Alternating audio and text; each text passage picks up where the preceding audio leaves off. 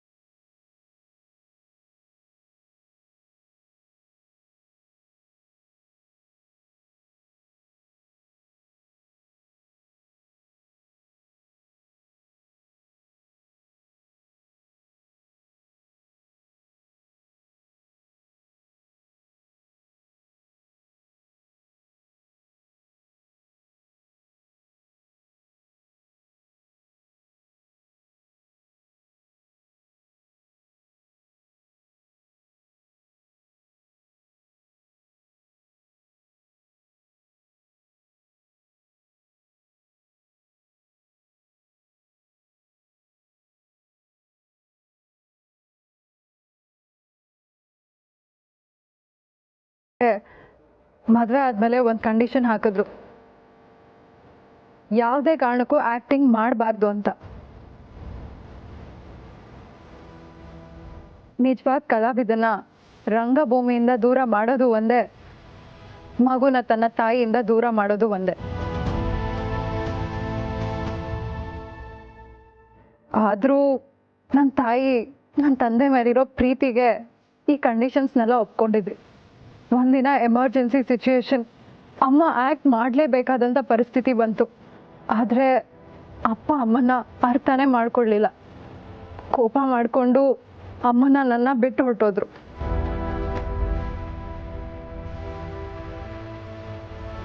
ಅವಾಗಿಂದ ಅಮ್ಮ ನನ್ನ ಬೆಳೆಸೋದಕ್ಕೆ ರಂಗಭೂಮಿ ಕಲಾವಿದರಾಗೆ ಜೀವನ ಕಳೆದ್ರು. ನನ್ನನ್ನು ಬೆಳೆಸಿದ ರಂಗಭೂಮಿ ಸರ್.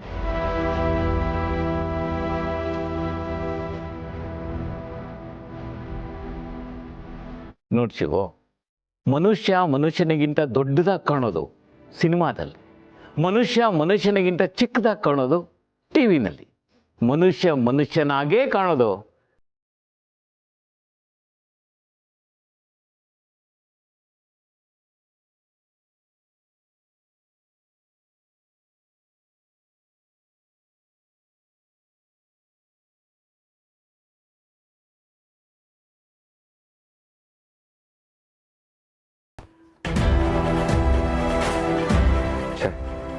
ಮಹಾದೇವಯ್ಯ ಅಂಕಲ್ ಹತ್ರ ರಂಗಭೂಮಿ ಬಗ್ಗೆ ತುಂಬ ಹಗುರವಾಗಿ ಮಾತಾಡ್ಬಿಟ್ಟೆ. ಈಗಲೇ ಹೋಗಿ ಅವ್ರ ಹತ್ರ ಸಾರಿ ಕೇಳಿ ಅವ್ರೇನು ನಾಟಕ ಮಾಡಿಸ್ಬೇಕು ಅಂತ ಅಂದ್ಕೊಂಡಿದ್ದಾರೋ ಅವ್ರ ಜೊತೆ ನಾನು ಕೈ ಜೋಡಿಸ್ತೀನಿ.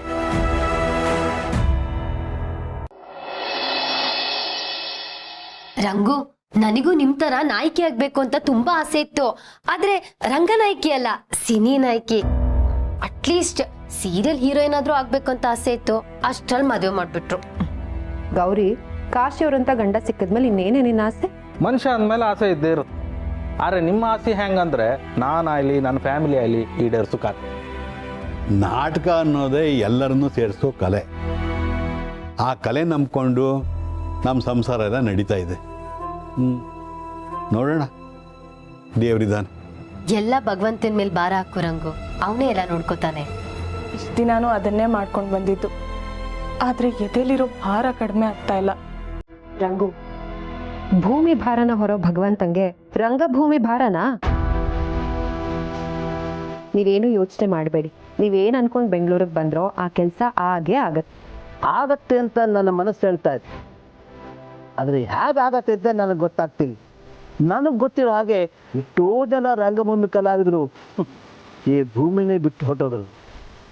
ಈಗ ನಾವು ಯಾರ ಸಹಾಯ ಕೇಳೋದು? ಯಾರಾದ್ರೂ ಒಬ್ರು ಬಂದೇ ಬರ್ತಾರೆ. ಆ ಭಗವಂತ ಯಾರನ್ನಾರು ಕಳಿಸ್ತಾರೆ.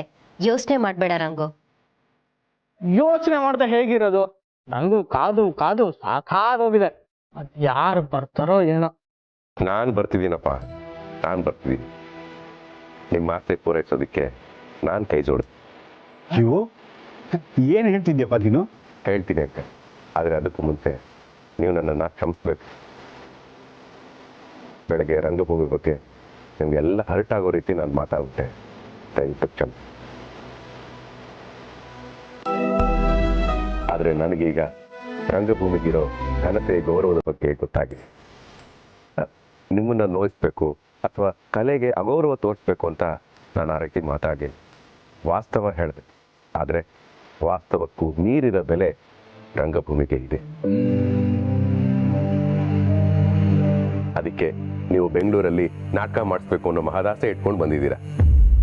ನೀವೇನು ಮಾಡಬೇಡಿ, ಹೀಗೀಗ ಮಾಡ್ರಪ್ಪ ಅಂತ ನಮ್ಗೊಂದು ಬ್ಲೂ ಪ್ರಿಂಟ್ ಕೊಡಿ, ಠಕ ಠಕ ಠಕ ಅಂತ ಮಾಡ್ಬಿಡ್ತೀವಿ. ನೋಡಿದೀನ ಮಾದೇವ, ಕಲೆ ಅನ್ನೋದು ರಕ್ತದಲ್ಲಿ ಬರುತ್ತೆ ಅಂತ ನೀನು ಹೇಳ್ತಿದ್ದೆ. ಆದರೆ ನನ್ನ ಮಗನ ಮನಸ್ಸಿನಲ್ಲಿ ಕಲೆ ಅನ್ನೋದು ಹುಟ್ಟಿದಾಗಲಿಂದಲೂ ಬಂದ್ಬಿಟ್ಟಿದೆ. ಆದರೆ ಅದನ್ನು ತಿಳ್ಕೊಳ್ಳೋಕೆ ಸ್ವಲ್ಪ ಟೈಮ್ ತಗೊಂಡಷ್ಟೆ. ಶಿವರೇ, ನಿಮ್ಮ ಮಾತು ಕೇಂದ್ರ ನಂಗೂ ಉತ್ಸಾಹ ಬರ್ತಿತ್ತು. ನಾನು ನಿಮ್ಮ ಜೊತೆ ಕೈ ಜೋಡಿಸ್ತೆ, ಎಲ್ಲರೂ ಒಟ್ಟು ಸೇರಿ ನಾಟಕ ಮಾಡೋ. ಅದೇನೋ ಸರಿ, ಆದರೆ ಈ ಕಾಲದಲ್ಲಿ ಕಲಾವಿದರು ಸಿಗೋದು ಕಷ್ಟ. ಅದಕ್ಕೆ ಏನಪ್ಪ ಮಾಡೋದು?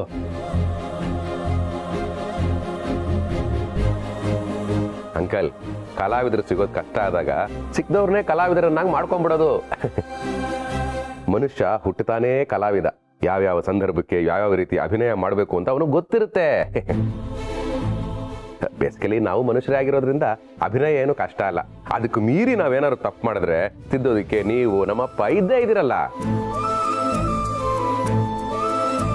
ಎಲ್ಲ ಸರಿ ಕಣೋ, ಆದರೆ ಹಣಕಾಸಿಗೆ ಏನು ಮಾಡೋದು? ಚಂದ ಎತ್ತುವ ಕಲೆಗೆ ಬೆಲೆ ಕೊಡೋರು ಕೊಟ್ಟೆ ಕೊಡ್ತರು. ಐಡಿಯಾ ಏನೋ ಚೆನ್ನಾಗಿದೆ ಕಾಶಿ ಅವರೇ, ಆದರೆ ನಮ್ಮ ಆಫೀಸ್ ಅವ್ರು ಚಂದ ಕೊಡೋದು ಕಷ್ಟ. ಆದರೆ ಕಲೆ ಖಂಡಿತ ಬೆಲೆ ಕೊಡ್ತಾರೆ, ಜೊತೆಲಿ ಆ್ಯಕ್ಟಿಂಗೂ ಮಾಡ್ತಾರೆ. ಅವರನ್ನು ಕರ್ಸ್ಬಿಡ್ತೀನಿ, ನಾವು ಅವರು ತಂಡ ರೆಡಿ ಆಗುತ್ತಲ್ಲ, ಇನ್ನೇನು ಬೇಕು ನಿಮಗೆ? ಇನ್ನೇನು ಬೇಡ, ನಾಟಕದ ಪ್ರದರ್ಶನ ಚೆನ್ನಾಗಾಗ್ಬಿಟ್ರೆ ಅಷ್ಟೇ ಸಾಕು. ಹರಕೆ ಕಟ್ಕೊಂಡಾದ್ರೂ ಸರಿ, ಮೀಸಲು ಕಟ್ಟಾದ್ರೂ ಸರಿ, ಒಟ್ಟಿನಲ್ಲಿ ನಾಟಕ ಪ್ರದರ್ಶನ ಆಗೇ ಆಗುತ್ತೆ. ನಾವೆಲ್ಲರೂ ನಿಮ್ಮ ಕೈ ಜೋಡಿಸ್ತೀವಿ. ನಾಳೆಯಿಂದನೇ ಪ್ರಾಕ್ಟೀಸ್ ಸ್ಟಾರ್ಟು. ನೀವೇ ನಮ್ಮ ಗುರುಗಳು.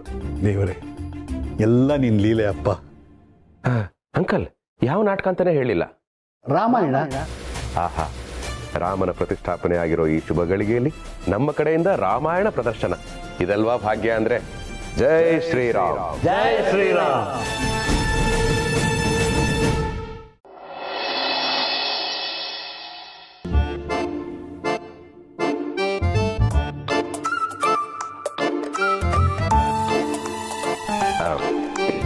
ಗಿರಿ, ರೀ, ಬೆಳಗ್ಗೆ ಅರ್ಧಕ್ಕೆ ನಿಲ್ಸಿದ ಹಾಡನ್ನ ಈಗ ಕಂಟಿನ್ಯೂ ಮಾಡ್ಲಾ? ಯಾವ್ದ್ರಿ? ಸಂತೆಯಲ್ಲಿ ನಿಂತರು ಮನೆ EMI, ಚೀಟಿ, ಕೈ ಸಾಲ, ಸ್ಕೂಲ್ ಫೀಸು ನಾನು ಲೆಕ್ಕ ಕೊಡ್ಲಾ? ಮತ್ತೆ ಗಿರಿ, ತಿರ್ಸಿ ಕಡೆ ಹೇಗಿದೆಯಂತೆ ಮಳೆ ಬೆಳೆ? What is weather forecast? ಆಹಾ, ಕಷ್ಟ ಅಂದ ತಕ್ಷಣ ರೊಮ್ಯಾಂಟಿಕ್ ಹೀರೋ ಆಗಿದ್ದವರು ಫ್ಯಾಮಿಲಿ ಹೀರೋ ಆಗಿ ಬದಲಾಗ್ಬಿಟ್ರಿ ಅಲ್ವಾ? ಕಷ್ಟ ಎಲ್ಲ ಕಲ್ಸುತ್ತೆ. ಕಷ್ಟ ಕಲ್ಸಿಲ್ಲ ಗಿರಿ, ನೀನು ಕಲ್ಸಿದ್ದು. ಮದುವೆ ಆದ ಹೊಸದ್ರಲ್ಲಿ ನಾನು ಹಾಡು ಹೇಳ್ತಾ ಇದ್ರೆ ನೀನು ಕೋರಸ್ ಮಿಕ್ಸಿಂಗ್ ಮಾಡ್ತಾ ಇದ್ದೆ. ಆದರೆ ಈಗ ಬರೀ ಲೆಕ್ಕ ಫಿಕ್ಸಿಂಗೇ ಆಗೋದು. ನೀನೆಲ್ಲಿ ನಡೆವೆ ದೂರ, ಎಲ್ಲೆಲ್ಲೂ ಶೋಕವೇ. ಓ ರೀ, ಯಾಕ್ರಿ ಈ ಥರ ಶೋಕ ಗೀತೆ ಹಾಡ್ತಿದ್ದೀರಾ? ಹಾಗಾದ್ರೆ ಶೃಂಗಾರದ ಹಾಡು ಹಾಡ್ಲಾ? ಶೃಂಗಾರದ ಹೊಂಗೆ ಮರ ಹೂ ಬಿಟ್ಟಿದೆ. ರೀ, ನಾನು ಏನೇನೋ ಮಾತಾಡ್ಬೇಕು ಅಂತ ಬಂದ್ರೆ ನೀವು ಏನೇನೋ ಹಾಡ್ತಾ ಇದ್ದೀರಲ್ಲ. ಗಿರಿ, ಗಂಡಂದ್ರನ್ನ ದಡ್ರು ಅಂತ ಅನ್ಕೊಂಡಿದ್ದೀರಾ ನೀವು? ಹೆಂಗಸ್ರಿ ಎಕ್ಸ್ಪ್ರೆಷನ್ ನೋಡಿದ್ರೆ ಸಾಕು, ಅವ್ರ ಎಸ್ಸ ನೋನ ಎಲ್ಲ ಗೊತ್ತಾಗ್ಬಿಡುತ್ತೆ. ಆದರೂ ಇರಲಿ ಅಂತ ನಾವು ಒಂದು ಬಾಲ್ ಬೀಸ್ತೀವಿ.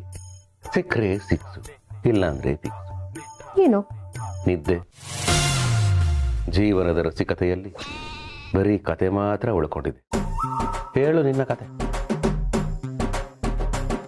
ರೀ, ನಿಮಗೆ ರಂಗು ಬಗ್ಗೆ ಏನನ್ಸುತ್ತೆ? ರಂಗು ಬಗ್ಗೆ ಏನನ್ಸ್ಬೇಕು? ಒಳ್ಳೆ ಹುಡುಗಿ, ನೋಡಕ್ ಲಕ್ಷಣವಾಗಿದ್ದಾಳೆ, ಸಂಸ್ಕಾರವಂತೆ, ತಂದೆಗೆ ತಕ್ಕ ಮಗಳು, ಮೇಲಾಗಿ ಒಳ್ಳೆ ಕಲಾವಿದೆ, ಅಷ್ಟೇ. ಪಾಪ ಅಲ್ವಾ? ಪಾಪನ? ಯಾಕೆ ಪಾಪ ಅಂತಿದ್ಯಾ? ರೀ, ರಂಗುಗೆ ಹೆಚ್ಚು ಕಮ್ಮಿ 30 ವರ್ಷ ಆಗಿರ್ಬೋದು. ಆದರೆ ಇನ್ನೂ ಮದುವೆ ಆಗಿಲ್ಲ. ಅದ್ ನೆನ್ಸ್ಕೊಂಡ್ರೆ ಬೇಜಾರಾಗುತ್ತೆ. ನಿಜ ಗಿರಿ, ಇವತ್ತೇನೋ ಅವ್ರ ಅಪ್ಪ ಇದ್ದಾರೆ, ನಾಳೆ ದಿನ ಅವಳಿಗೆ ಅಂತ ಯಾರಿರ್ತಾರೆ? ನಾನು ಅವಳ ಮದುವೆ ಬಗ್ಗೆ ಕೇಳಿದೆ. ಅದಕ್ಕೆ ಅವಳು, ಅಣ್ಣ ನಾನು ಮದುವೆಯಾಗಿ ಹೊರಟೋದ್ರೆ ಅಪ್ಪ ಒಂಟಿ ಆಗ್ಬಿಡ್ತಾರೆ, ಅವ್ರಿಗೆ ತುಂಬ ಕಷ್ಟ ಆಗುತ್ತೆ ಅಂತ ಹೇಳಿದ್ರು.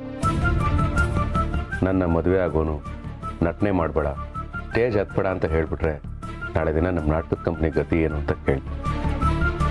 ಅವಳ ಮೆಚುರಿಟಿಗೆ ದುಃಖ ಪಡಬೇಕಾ ಅಥವಾ ನಾಟಕದ ಕಂಪ್ನಿಗೋಸ್ಕರ ತನ್ನ ಲೈಫ್ನೇ ಮುಡಿಪಾಗಿಟ್ಟಿದ್ದಾಳಲ್ಲ ಅಂತ ಹೆಮ್ಮೆ ಪಡಬೇಕಾ ಅಂತ ಗೊತ್ತಾಗ್ತಾ ಇಲ್ಲ.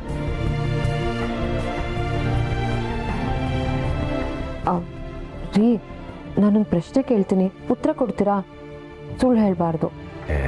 ಗಿರಿ, ನಾನು ಯಾಕೆ ಸುಳ್ಳು ಹೇಳಿ? ಹೇಳು. ನಾನೇನಾದರೂ ಕಲಾವಿದೆ ಆಗಿದ್ರೆ ಮದುವೆ ಆದಮೇಲೆ ನನ್ನ ಸ್ಟೇಜ್ ಹತ್ತಕ್ಕೆ ಬಿಡ್ತಿದ್ರಾ? ನಾಟಕ ಮಾಡಕ್ಕೆ ಬಿಡ್ತಿದ್ರಾ?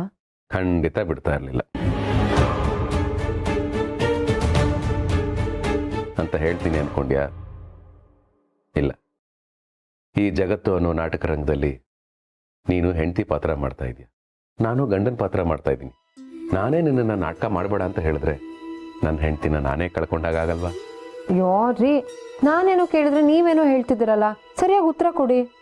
ಉತ್ತರ ಏನು? ಡೈರೆಕ್ಟ್ ರಿಸಲ್ಟೇ ಕೊಟ್ಬಿಡ್ತೀನಿ. ನೀನು ನಮ್ಮ ಜೊತೆ ನಾಟಕ ಮಾಡ್ತಾ ಇದೀಯ, ನಾಳೆಯಿಂದನೇ ಪ್ರಾಕ್ಟೀಸ್. ನಾನಾ? ಚೆನ್ನಾಗಿ ಕಲಿತು ಒಳ್ಳೆ ತಯಾರಿ ಮಾಡ್ಕೋಬೇಕು, ಆಯ್ತಾ? ಅಯ್ಯಯ್ಯೋ, ಆಗಲ್ಲಪ್ಪ, ನನಗದೆಲ್ಲ ಗೊತ್ತಿಲ್ಲ. ಗೊತ್ತಿಲ್ಲ ಅಂತ ಹೇಳ್ಬೇಡ ಗಿರಿ, ನಿನಗೆ ಗೊತ್ತು. ಈಗ ಗಿರಿ, ತಿಂಗಳ ಬಜೆಟ್ ಇಷ್ಟೇ ಇರೋದು, ಅಡ್ಜಸ್ಟ್ ಆಗುತ್ತಾ ಅಂತ ನಾನು ಕೇಳಿದಾಗ ನಿನ್ನ ಮನ್ಸಲ್ಲಿ ಆಗಲ್ಲ ಅಂತ ಇದ್ರು, ಆಗತ್ತೆ ಕಣ್ರಿ ಅಂತ ಹೇಳ್ತೀಯಲ್ಲ, ಅದು ನಾಟಕನೇ. ಗಿರಿ, ನನ್ನ ಫ್ರೆಂಡ್ಸ್ ಜೊತೆ ನಾನು ಆಚೆ ಹೋಗಿ ಬರ್ತೀನಿ ಅಂತ ನಿನಗೆ ಹೇಳಿದಾಗ ನಿನ್ಗೊಳಗೆ ಇಷ್ಟನೇ ಇರಲ್ಲ, ಆದರೂ ನಗ್ನಗ್ತಾ ಹೋಗಿ ಬನ್ರಿ ಅಂತ ಹೇಳ್ತೀಯಲ್ಲ, ದಟ್ಸ್ ಆಲ್ಸೋ ಡ್ರಾಮಾ. ಅಷ್ಟೇ ಅಲ್ಲ, ಮನೆಗೆ ಯಾರಾದರೂ ನೆಂಟರು ಬಂದಾಗ ರೇಷನ್ ಇಲ್ಲದೆ ಇದ್ರು ಊಟ ಮಾಡ್ಕೊಂಡು ಹೋಗಿ, ಇನ್ನೂ ಸ್ವಲ್ಪ ಹೊತ್ತು ಇದ್ದು ಹೋಗಿ, ಯಾಕೆ ಎಷ್ಟೊಂದು ಅರ್ಜೆಂಟ್ ಮಾಡ್ತೀರಾ ಅಂತೆಲ್ಲ ಹೇಳ್ತೀರಾ, ಅದು ನಾಟಕ. ಒಟ್ಟಿನಲ್ಲಿ ಮಿಡ್ಲ್ ಕ್ಲಾಸಲ್ಲಿ ಬದುಕ್ತಾ ಇರೋ ನಾವು ಸಂದರ್ಭಕ್ಕೆ ತಕ್ಕ ಹಾಗೆ ನಾಟಕ ಮಾಡ್ತಾನೆ ಇರ್ತೀವಿ. We are all good actors. ನಾಳೆಯಿಂದನೇ ಪ್ರಾಕ್ಟೀಸ್ ಸ್ಟಾರ್ಟು, ರೆಡಿ ಇರು, ಓಕೆ?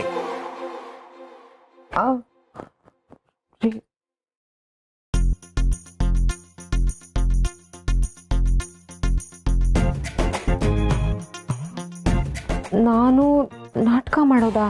ಪ್ರಾಕ್ಟೀಸಾ? ಅವರೆಲ್ಲ ನಾಟಕನೇ ವೃತ್ತಿ ಮಾಡ್ಕೊಂಡಿರೋರು. ಅಂಥ ಕಲಾವಿದ್ರ ಮುಂದೆ ನಾನು ಹೇಗಪ್ಪ ನಾಟಕ ಮಾಡೋದು? ದೇವ್ರೆ ದೇವ್ರೆ.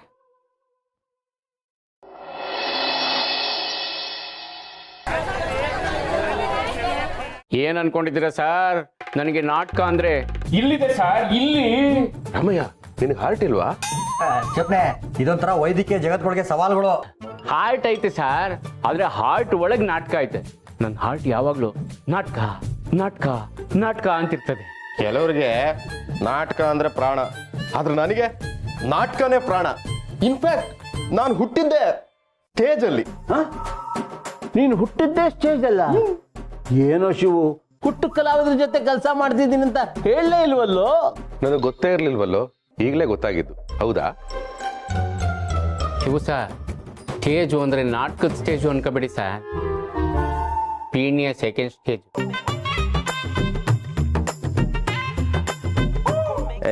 ಸ್ಟೇಜ್ ಕಾಮನ್ ಇತ್ತಲ್ವಾ, ಅದಕ್ಕೆ ಹೇಳ್ದೆ ಅಷ್ಟೇ. ಹಾಗೆಲ್ಲ ಕನ್ಫ್ಯೂಸ್ ಮಾಡ್ಕೋಬಾರ್ದು ಅಕ್ಕ, ಕಾನ್ಫಿಡೆಂಟ್ ಆಗಿರ್ಬೇಕು. ನಾಟಕ ಅಂದ್ರೆ ಬರೀ ಡೈಲಾಗ್ ಪ್ರಾಕ್ಟೀಸ್ ಮಾಡೋದು ಅಷ್ಟೇ ಅಲ್ಲ, ಕತೆ ಏನು, ಪಾತ್ರ ಏನು, ಆ ಪಾತ್ರ ಯಾಕೆ ಹಾಗೆ ವರ್ತಿಸುತ್ತೆ, ಅದ್ರ ಆಳ ಎಷ್ಟು, ಅಗಲ ಎಷ್ಟು ಎಲ್ಲ ತಿಳ್ಕೋಬೇಕು. ಇದು ಒಂಥರ ಶಿಕ್ಷಣ. ಬರೀ ಶಿಕ್ಷಣ ಅಲ್ಲ, ಸಮಾಜದ ಎಷ್ಟೋ ಕಾಯಿಲೆಗಳಿಗೆ ರಂಗಭೂಮಿ ಆಸ್ಪತ್ರೆ, ಕಲಾವಿದರೆ ವೈದ್ಯರುಗಳು. ಎಂಥ ಮಾತು, ಎಂಥ ಮಾತು. ಈಗ ನಾಟಕದ ವಿಷಯಕ್ಕೆ ಬಂದಾಗ ಜಗತ್ತಿನ ಮೊಟ್ಟ ಮೊದಲ ನಾಟಕ ಗ್ರೀಕ್ನ ಏಜಾಕ್ಸ್ ಅಂತಾರೆ. ಆದರೆ ನಮ್ಮಲ್ಲಿ ಭರತಮುನಿ ನಾಟ್ಯಶಾಸ್ತ್ರ ಅನ್ನೋ ಗ್ರಂಥನ ಅದಕ್ಕೂ ಮೊದಲೇ, ಅಂದ್ರೆ 100 ವರ್ಷಕ್ಕೂ ಮೊದಲೇನೆ ಬರೆದಿದ್ರು. ಅಂದ್ರೆ ನಾಟಕ ರಂಗಭೂಮಿ ಹುಟ್ಟಿದ್ದು ನಮ್ ದೇಶದಲ್ಲ? ಜಗತ್ತೇ ನಾಟಕ ರಂಗ ಅಂದಮೇಲೆ ಸ್ಟೇಜಲ್ಲಿ ಆಡೋ ನಾಟಕ ಎಲ್ಲಿ ಹುಟ್ಟಿದ್ರೆ ಏನಂತೆ? ಆದರೆ ದ್ರಾವಿಡ ನಾಟಕದ ಮೂಲ ಪುರುಷ ಶಿವ ಅಂತ ನಂಬ್ತಾರೆ. ಅದನ್ನು ನೋಡೋದಾದ್ರೆ ರಂಗಭೂಮಿ ಹುಟ್ಟಿದ್ದು ನಮ್ಮ ದೇಶದಲ್ಲೇ ಅನ್ಸುತ್ತೆ. ಇದ್ರ ಬಗ್ಗೆ ನಾನು ಓದಿದ್ದೀನಪ್ಪ. ಕಲಾವಿದರು ಮೈಗೆಲ್ಲ ವಿಭೂತಿ ಹಾಕೊಂಡು ಒಂದು ಕೈಯಲ್ಲಿ ಡಮರುಗ, ಇನ್ನೊಂದು ಕೈಯಲ್ಲಿ ತ್ರಿಶೂಲ ಇಟ್ಕೊಂಡು ಪ್ರೇಕ್ಷಕರನ್ನ ರಂಜಿಸ್ತಾ ಇದ್ರಂತೆ. ಅದೇ ರೀತಿ ಗ್ರೀಕ್ ನಾಟಕದಲ್ಲಿ ಶಿವನ್ ಹೋಲ್ಕೆ ಆಗೋ ವೇಷಭೂಷಣನ ಬಳಸಿದ್ದಾರೆ. ಹಾಗಿದ್ಮೇಲೆ ಅವರು ನಮ್ ರಂಗಭೂಮಿ ನೋಡಿ ಕಲ್ತಿರ್ತಾರಲ್ವಾ? ಅಷ್ಟೇ ಅಲ್ಲಪ್ಪ, ಆ ಗ್ರೀಕ್ ನಾಟಕದಲ್ಲಿ ಉಡುಪಿ ಜಿಲ್ಲೆ ಮಲ್ಪೆ ಸಮುದ್ರ ಇದೆಯಲ್ಲ, ಅದರ ಪ್ರಸ್ತಾಪನೂ ಆಗತ್ತೆ. ಇದೆಲ್ಲ ಆಗಿರೋದು ಬಹುಶಃ 4-5ನೇ ಶತಮಾನದಲ್ಲಿ. ಯಾವ್ದ? ನಮ್ಮ ಉಡುಪಿಯ? ಕಾಶಿ ನಿಮ್ದು ಕುಂದಾಪುರ ಅಲ್ವೇನ್ರಿ? ಇದೆ ಅಂತ ಹೇಳ್ತೀರಿ ಶಿವ ಅವರೇ. ಬೆಂಗಳೂರು ಜಿಲ್ಲೆ ಬೆಂಗಳೂರು ನಗರ ಎರಡು ಬೇರೆ ಬೇರೆ ಅಂದೇಳಿ ಹೇಳಕತ್ತ. ಈಗ ಉಡುಪಿ ಜಿಲ್ಲೆ ಕುಂದಾಪುರ ತಾಲೂಕು, ಹಾಗೆ ಅಕ್ಕಪಕ್ಕ. ಅದೇ ಅನ್ಕೊಂತಿದ್ದೆ, ನನ್ನಲ್ಲಿ ಕಲಾವಿದ ಆಯ್ಕೊಂಬುವ ಆಸೆ ಉತ್ಸಾಹ ತುಡಿತ ಎಲ್ಲಿಂದ ಅಂದೇಳಿ ಈಗ ಗೊತ್ತಾಯ್ತು. ಯಜಮಾನ್ರೆ, ಈ ಗ್ರೀಕ್ ನಾಟಕದಲ್ಲಿ ಮಲ್ಪೆ ಬಗ್ಗೆ ಮಾತ್ರ ಪ್ರಸ್ತಾಪ ಇತ್ತ ಅಥವಾ ನಮ್ಮ ಕೇರಳಿ ಬಗ್ಗೆಯೂ ಇತ್ತ? ಬರೀ ಒಂದು ನಾಟಕದಲ್ಲ, ಹಲವಾರು ನಾಟಕಗಳಲ್ಲಿ ಕನ್ನಡ ಸಂಭಾಷಣೆನೇ ಇದೆ. ಆಹಾ, ಜಗತ್ತು ಎಷ್ಟು ಮುಂದುವರೆದಿದೆ. ನಮ್ಮ ರಂಗ ಸಂಶೋಧಕರು ಇದ್ರ ಬಗ್ಗೆ ಇನ್ನೂ ಹೆಚ್ಚು ಗಮನ ಹರಿಸಿದ್ರೆ ನಮ್ಮ ಕನ್ನಡದ ವ್ಯಾಪ್ತಿ ಎಷ್ಟಿತ್ತು ಅನ್ನೋದು ಇವತ್ತಿನ ಪೀಳಿಗೆಯವರೆಗೂ ಗೊತ್ತಾಗುತ್ತೆ. ಹೌದು, ಇದೆಲ್ಲ ಆದಷ್ಟು ಬೇಗ ಆಗ್ಬೇಕು. ಆಗ್ಲೇ ಬಣ್ಣ ಮಾಸೋಕ್ಕೂ ಮುಂಚೆ ಬಣ್ಣದ ಲೋಕ ಇನ್ನಷ್ಟು ಬಣ್ಣನ ತುಂಬಿಕೊಂಡು ನಾಟಕನೇ ಜೀವನ ಅಂತ ನಂಬಿರೋರ್ ಬಾಳು ಬಂಗಾರ ಆಗಬಹುದು. ಅಯ್ಯೋ ಗುರುಗಳೇ, ಬಂಗಾರ ಏನೋ ಬೆಳ್ಳಿನ ಆಗ್ಬೋದು. ಆಹಾ, ಗೋಪಿ, ಬಂಗಾರ ಗ್ರಾಮ್ಗೆ 6,000 ಆಗಿದೆ, ಬೆಳ್ಳಿ ಅಂತೀಯಲ್ಲೋ. ದರಕ್ಕೂ ಬೆಲೆಗೂ ಇರೋ ವ್ಯತ್ಯಾಸ ಇದೆ. ಹಣದಲ್ಲಿ ಅಳಿದ್ರೆ ಅದನ್ನ ದರ ಅಂತಾರೆ, ಅದನ್ನೇ ಇಮೋಷನಲ್ ಆಗಿ ಅಳಿದ್ರೆ ಅದನ್ನ ಬೆಲೆ ಅಂತಾರೆ. ನಿಜ, ಚಿನ್ನಕ್ಕೆ ಎಷ್ಟೇ ಬೆಲೆ ಇದ್ರು ಸಪ್ತಪದಿ ತುಳಿಯೋ ಟೈಮಲ್ಲಿ ಬೆಳ್ಳಿ ಕಾಲುಂಗ್ರ ಹಾಕ್ತಾರೆ ಹೊರತು ಚಿನ್ನದ ಕಾಲುಂಗ್ರ ಹಾಕಲ್ಲ. ಹೌದು ಕಣೋ, ಸರಿಯಾಗಿ ಹೇಳಿದೆ. ಈಗ ನಾಟಕದ ಬಗ್ಗೆ ಎಲ್ಲ ತಿಳ್ಕೊಂಡ್ರಲ್ಲ, ಪ್ರಾಕ್ಟೀಸ್ ಶುರು ಮಾಡೋಣ ಬನ್ನಿ.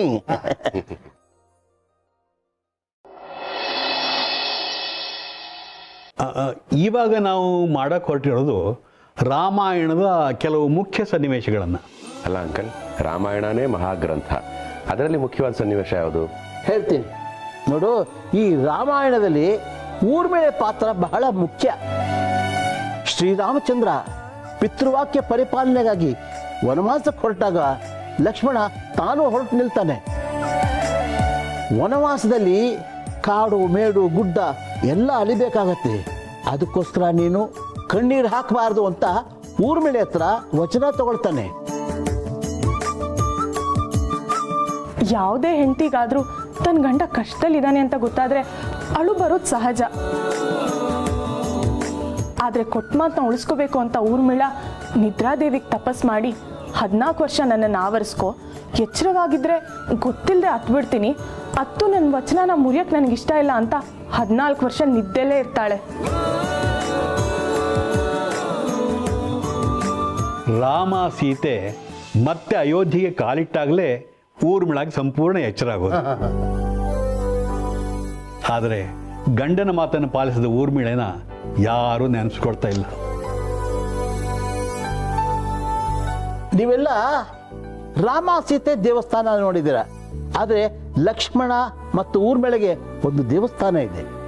ಹೌದಾ? ಎಲ್ಲಿ? ರಾಜಸ್ಥಾನದ ಭರತಪುರ ಜಿಲ್ಲೆಯಲ್ಲಿದೆ. ನಮ್ಮ ದೇಶದ ಸಂಸ್ಕೃತಿ ಹೇಗಿದೆ ಅಂದ್ರೆ, ನಮ್ಮ ತ್ಯಾಗ, ಬಲಿದಾನ, ಕಷ್ಟ ಇದು ಯಾವತ್ತೂ ವ್ಯರ್ಥ ಆಗೋದಿಲ್ಲ. ಒಂದಲ್ಲ ಒಂದು ದಿನ ಬೆಳಕಿಗೆ ಬಂದೇ ಬರುತ್ತೆ. ಅಪ್ಪ, ನಾನೆಲ್ಲೋ ಒಂದ್ ಕಡೆ ಓದಿದ ನೆನಪು, ಯುದ್ಧದ ಹಿಂದಿನ ದಿನ ರಾಮನಿಗೆ ಪೂಜೆ ಮಾಡಿ ರಣವೀಳ್ಯ ಕಟ್ಟೋದಕ್ಕೆ ಒಬ್ಬ ಪುರೋಹಿತ ಬೇಕಾಗಿರ್ತಾನೆ. ಆಗ ಲಂಕೆಯಲ್ಲಿ ಮಹಾಬ್ರಾಹ್ಮಣ ಯಾರು ಅಂತ ಕೇಳಿದಾಗ ರಾವಣ ಅಂತ ಗೊತ್ತಾಗುತ್ತೆ. ರಾವಣನಿಗೆ ಪೌರೋಹಿತ್ಯ ಮಾಡೋದಕ್ಕೆ ಆಹ್ವಾನ ಬಂತಂತೆ. ರಾಮ ತನ್ನ ಮೇಲೆ ಯುದ್ಧ ಮಾಡ್ತಾನೆ ಅಂತ ಗೊತ್ತಿದ್ರು ರಾವಣ ತನ್ನ ಕುಲವೃತ್ತಿ ಪೌರೋಹಿತ್ಯಕ್ಕೆ ಗೌರವ ಕೊಟ್ಟು ಕಿರೀಟನ ಬಿಚ್ಚಿಟ್ಟು ಹೋದ್ನಂತೆ. ಮಾರನೇ ದಿನ ರಣವೀಳ್ಯಕ್ಕೆ ಪೂಜೆ ಮಾಡಿ ರಾಮನಿಗೆ ಕಂಕಣ ಕಟ್ಟಿ ವಿಜಯೀ ಭವ ಅಂತ ಹೇಳತ್ತಂತೆ. ಹೌದಪ್ಪ, ಹೌದು ಹೌದು, ಇದೆಲ್ಲ ನಮ್ಮ ನಾಟಕದಲ್ಲಿ ಒಳಗೊಂಡಿದೆಯಪ್ಪ. ಗುರುಗಳೇ, ಬರೀ ಹೀಗೆ ಮಾತಾಡ್ತಿತ್ತು ಅಥವಾ ಪಾತ್ರಗಳು ನಾವೇ ಹಂಚ್ಕೊಂಡ್ಬಿಡೋಣ? ತಡಿಯಯ್ಯ. ಗೌರಿ, ನೀನು ಊರ್ಮಿಳೆ ಪಾತ್ರ ಮಾಡು. ಕಾಶಿ, ನೀನು ಲಕ್ಷ್ಮಣನ ಪಾತ್ರ ಮಾಡು. ಸರ್, ನಾನು ರಾಮನ? ನೀನು ರಾಮಯ್ಯ. ರಾಮ ಆಗಕ್ಕೆ ಸಾಧ್ಯನೇ ಇಲ್ಲ. ಅಲ್ಲ ಕಣಪ್ಪನೆ, ನೀನ್ ರಿಯಲ್ ಲೈಫ್ಗಳಲ್ಲಿ 2 ಕಡೆ ಕಾಲ್ಗಳು ಇಟ್ಟರೋನು ಇನ್ ರಾಮನ್ ಪಾತ್ರ ಮಾಡಕ್ಕಾಗತ್ತೆಯೇ? ಅದೇ ಕಲಾವಿದ್ರ ವಿಶೇಷತೆ. ನಿಜ ಜೀವನದಲ್ಲಿ ಪರಸ್ತ್ರೀನ ಕಣ್ಣೆತ್ತು ನೋಡದೆ ಇರೋರು ವಿಲನ್ ಪಾತ್ರ ಕೊಟ್ಟಾಗ ಅದನ್ನ ಸರಿಯಾಗಿ ನಿಭಾಯಿಸ್ಬೇಕು.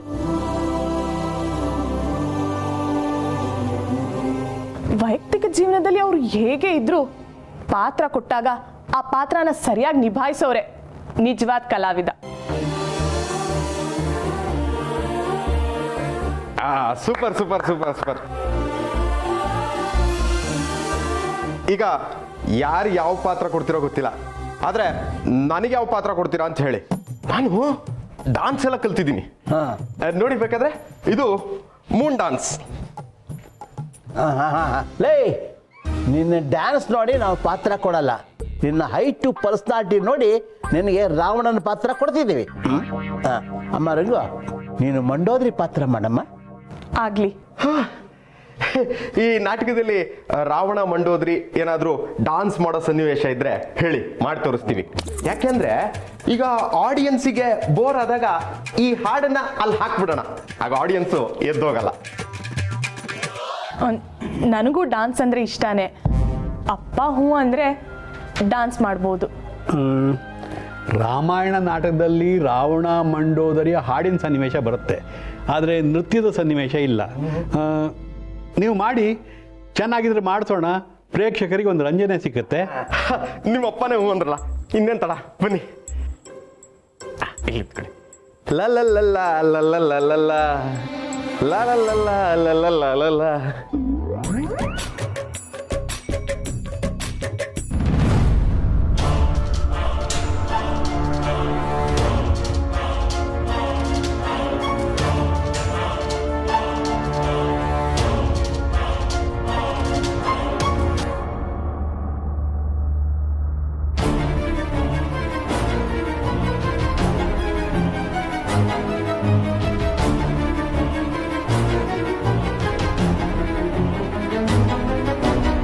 ಬಾಸ್ಗೆ ಮೇಲೆ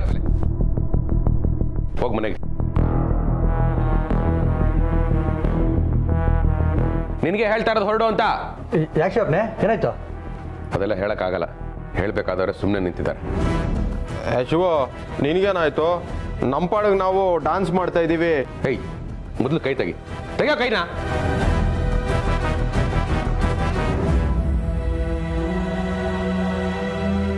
ಯಾಕಣ್ಣ, ಏನಾಯ್ತು? ಏನಾಯ್ತು ಅಂತ ನನ್ ಕೇಳ್ತಾ ಇದ್ಯಾ? ಯಾಕೆ ಏನಾಯ್ತು ಅಂತ ನಿನಗೆ ಗೊತ್ತಿಲ್ವಾ?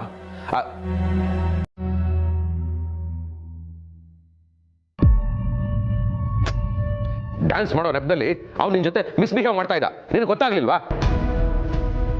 ಹೇಳಕ್ಕಾಗಲ್ವಾ? ನಾಚಿಕೆ ಆಗಲ್ಲ ನಿನಗೆ?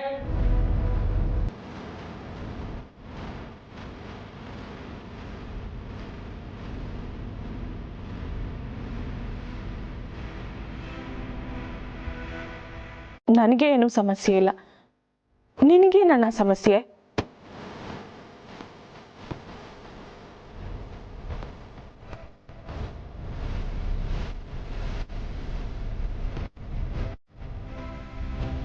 ಗೊತ್ತಾಯ್ತೇನಪ್ಪ, ನಿನಗೇನು ಸಮಸ್ಯೆ?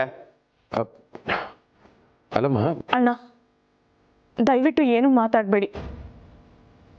ನಿಮ್ಮ ಕೈಲಾದ್ರೆ ನಾಟಕಕ್ಕೆ ಸಪೋರ್ಟ್ ಮಾಡಿ.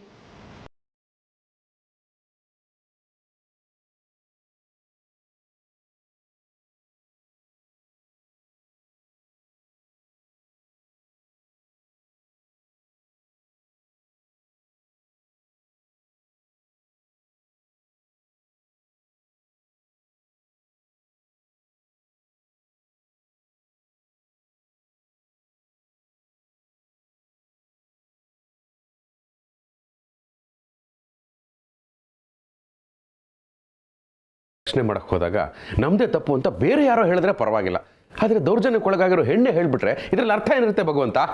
ಶಿವಪ್ರಸಾದ್,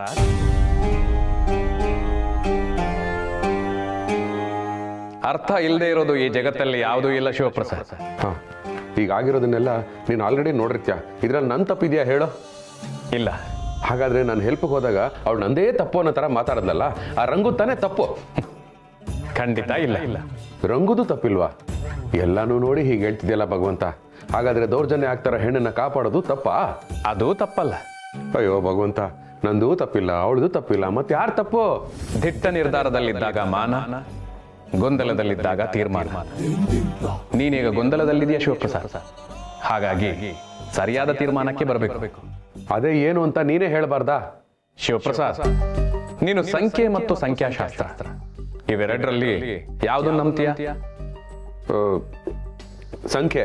ಸರಿ ಶಿವಪ್ರಸಾದ್, 3 ಸಂಖ್ಯೆಯಲ್ಲಿ ನಿನಗೆ ಜೀವನದ ಪಾಠವನ್ನು ಹೇಳ್ತೀನಿ, ಕೇಳಿಸ್ಕೋ. ಒಂದು ಕಾಗದದ ಮೇಲೆ ಸಂಖ್ಯೆ 6 ಬರಿ ಶಿವಪ್ರಸಾದ್.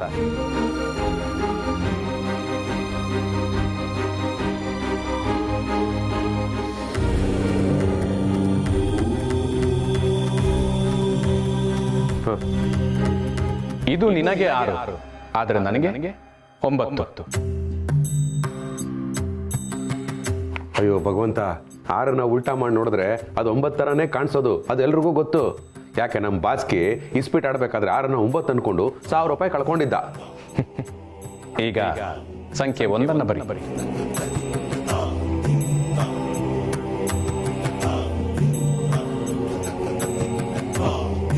ಇದು ನಿನಗೂ 1, ನನಗೂ 1.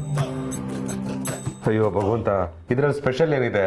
1 ಅಂದ್ರೆ ಸಿಂಗಲ್ ಲೈನು, ಯಾವ ಕಡೆಯಿಂದ ನೋಡಿದ್ರು ಒಂದೇ. ಈಗ ಶೂನ್ಯ ಬರಿ ಶಿವಪ್ರಸಾದ್. ಭಗವಂತ, ನಾನು ಸ್ಕೂಲಲ್ಲಿದ್ದಾಗಲೂ ಇಷ್ಟೆಲ್ಲ ಬರ್ದಿರ್ಲಿಲ್ಲ. ಕೆಲವೊಂದ್ಸಲ ಶಾಲೆಯಲ್ಲಿ ಕಲಿಯಲಾಗದ್ದು ಜೀವನ ಕಲಿಸುತ್ತೆ.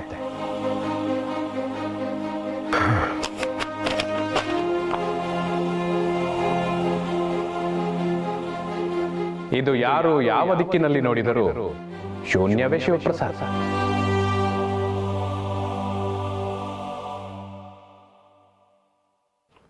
ಅರ್ಥ ಆಗ್ಲಿಲ್ಲ ಭಗವಂತ.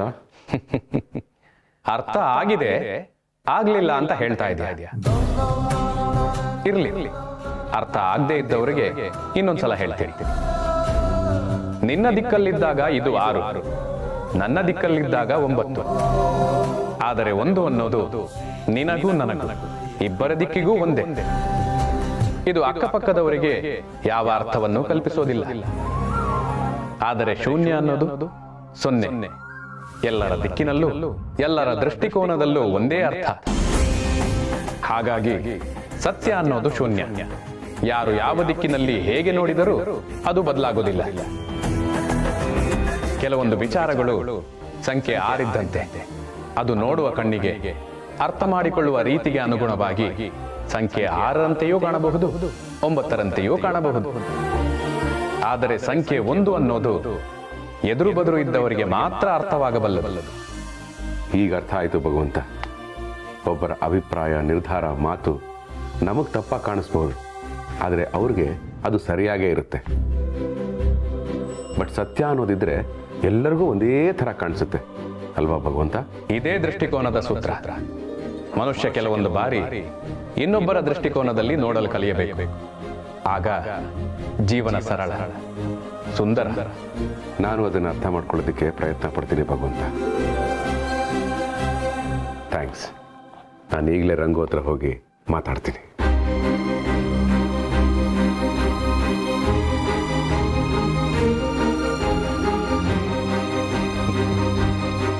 ನಿನಗೆ ಮತ್ತು ಸಮಾಜಕ್ಕೆ ಹೊಸ ನೀತಿಯ ಕಾಲ ಶುರುವಾಗಿದೆ ಶಿವಪ್ರಸಾದ್. ಶುಭವಾಗಲಿ.